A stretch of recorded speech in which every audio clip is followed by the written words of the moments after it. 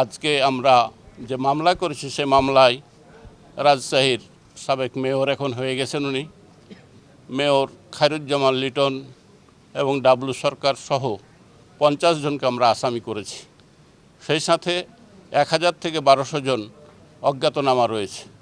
আমরা ভিডিও ফুটেজের মাধ্যমে এই ধরনের আসামিদেরকে শনাক্ত করেছি এবং আমরা চেষ্টা করেছি যেন কোনো নিরপরাধ কোনো ব্যক্তি যেন এখানে আসামি না হয় এবং আসামি হয়ে যেন তারা শাস্তি ভোগ না করে। আমরা চাই যারা অপরাধ করেছে, যারা এই ধরনের জঘন্য ঘটনা ঘটিয়েছে তাদের উপযুক্ত শাস্তি হোক, এ দেশবাসী সেটাই কামনা করে, আমরা সেটাই কামনা করি।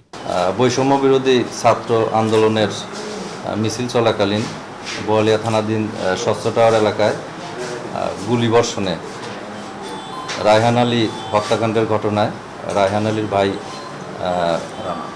রানা ইসলাম এর অভিযোগের প্রেক্ষিতে 50 জন নাম উল্লেখ সহ অভিযোগ দিয়েছে। প্রেক্ষিতে বোয়ালিয়া মডেল থানায় মামলা রুজু করা হয়েছে। এখানে 1000 থেকে 1200 জন অজ্ঞাতনামা আসামি।